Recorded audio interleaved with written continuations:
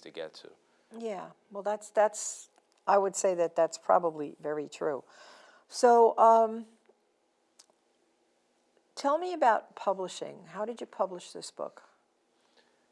At first, I thought about seeking a major publisher, but then I looked at the overall landscape of social media and how powerful that is, and I decided to just self-publish.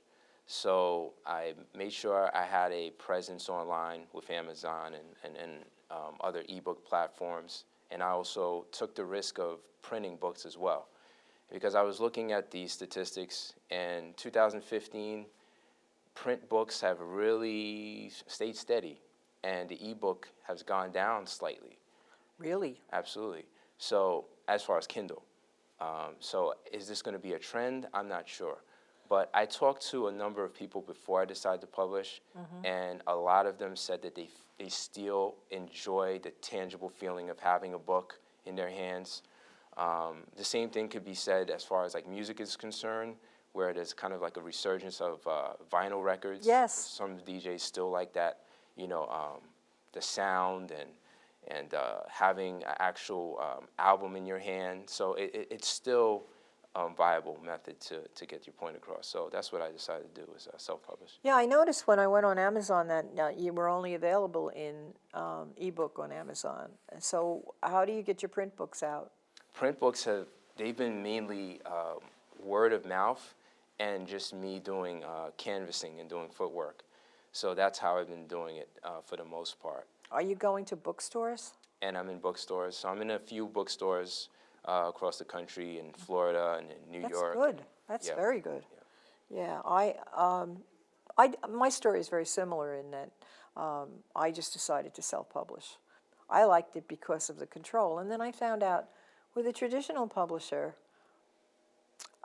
they'll give you an advance, but until you sell enough books equal to the advance, you don't get any money from them. You know, you don't get any royalties until you've cleared that advance out of the way. So I didn't see the advantage to that, plus the fact that the traditional publishers don't do the marketing for you. And the whole thing with books is marketing. It's getting them out there. So you're on social media, which is a big part of that. Have you looked into like other, there's a lot of sites that will, feature your book. You can go on to places like Booktown, Cold Coffee Press, there's just a lot of sites. Remind me, and just give me a reminder at the end of the interview, and I'll email you. I have a whole list of sites that I have my books on, and it doesn't cost you anything for the most part, and you get your books out there. So the more you get it out on the internet, hopefully, and then you want to do more interview shows. Sure. Because you want to talk about this whole idea of the ongoing problems in Haiti and raising money and what you want to do. So that you have to look into. That's it. That's like the Holy Grail. Searching for the Holy Grail is right. One of the most difficult things about actually promoting online is I see that you're in a sea with amongst millions of authors. Yes. They are literally. Oh, you are. Right. But that's true anywhere. I mean, go into a bookstore and look around. And I oftentimes have given a workshop on self-publishing. And the people, we do it in a bookstore or a library, and I say to the people, look around you, look at all these books. How many of each one of these books do you think is sold every day?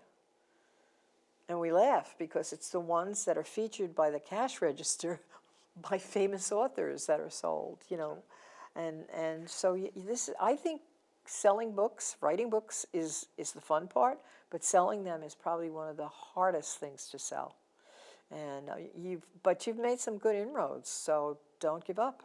No, absolutely not. I mean, it's already been a success. I've sold more books than I've would have imagined, and people seem to be really into the story, and it's been doing very well.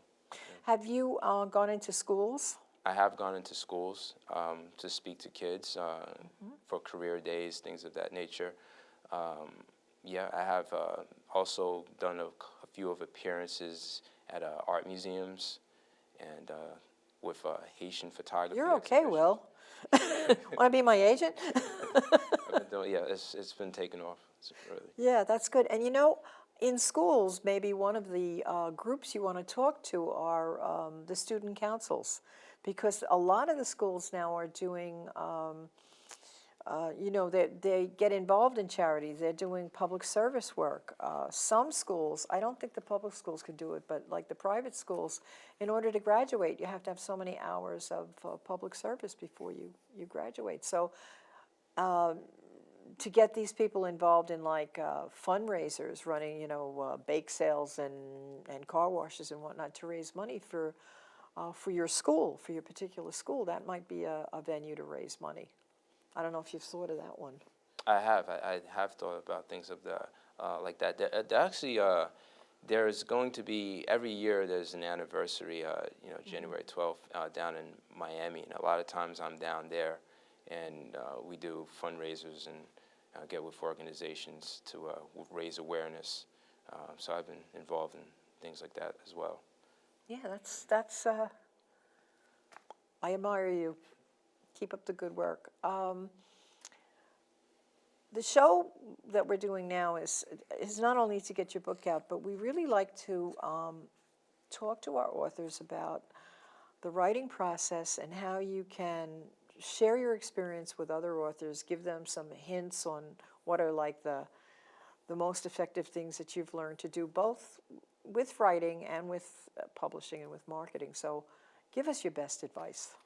One of the things that I had difficulty with when writing the story was I first started out with first person, but then I got points in the story where it was extremely difficult to write and I had to stop. So then I had to go back and insert narrator in there and kind of go back and forth between third person and figuring out how I wanted to tell the story. That's very interesting. Yeah, and I even had an idea of having a portion of the story in first person and then a portion of the story in third person, but I decided to leave the narrator in there. So those are some challenges that I went through, and at the end of the day, you really have to just trust what your voice says and go with that. As far as, you know, I think that a lot of authors or a lot of you know, up-and-coming authors feel like they have a story and feel that there's an audience for it. You just have to trust that and just go with it. And if the story is good, it'll stick with your audience. Yeah, I think so too. And so then once you wrote your story, as you said, you investigated publishing, you decided to go for self-publishing. Any advice in that area? Any venues that you found, any sites on the internet that you found that were more effective than others? Libraries were effective. I think that that's a good way to Really? get your product out, get your story out. As far as internet, just being on the major ebook stores like the Amazons and Barnes and Nobles, right? Are you on Goodreads? I'm on Goodreads as well. Yeah, me too. So just being available on there, I think that's big. Yeah, that's what everybody tells me. You got to do that social media stuff, and I do. Do you blog? I don't blog as much as I should. Me either. So lots of good advice from you, and certainly a wonderful story. And I wish you the best of luck. And I hope that you rehabilitate that school and teach there for a while, because I think you have a lot to say. Thank you. So it was great to have you, Will. It's great to be here, part of the show. Thank you. Yeah, it's great. I love this picture. I mean, it really does.